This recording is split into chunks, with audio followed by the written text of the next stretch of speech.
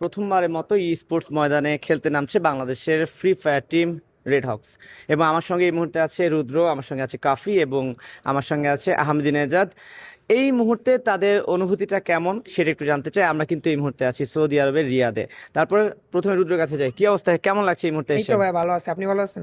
আমি ভালো আছি। আমি জানতে চাচ্ছিলাম যে এই যে কিছুক্ষণ পরেই প্রথমবারের মতো বাংলাদেশ ই স্পোর্টস ওয়ার্ল্ড কাপে খেলতে যাচ্ছে ফ্রি ফায়ার থেকে, কেমন লাগছে?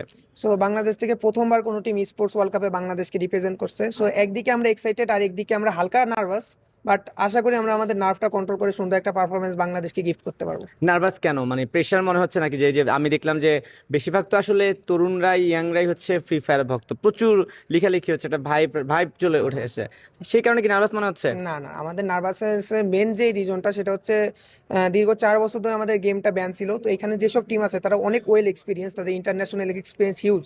সেখানে আমাদের এটা first international tournament and in the biggest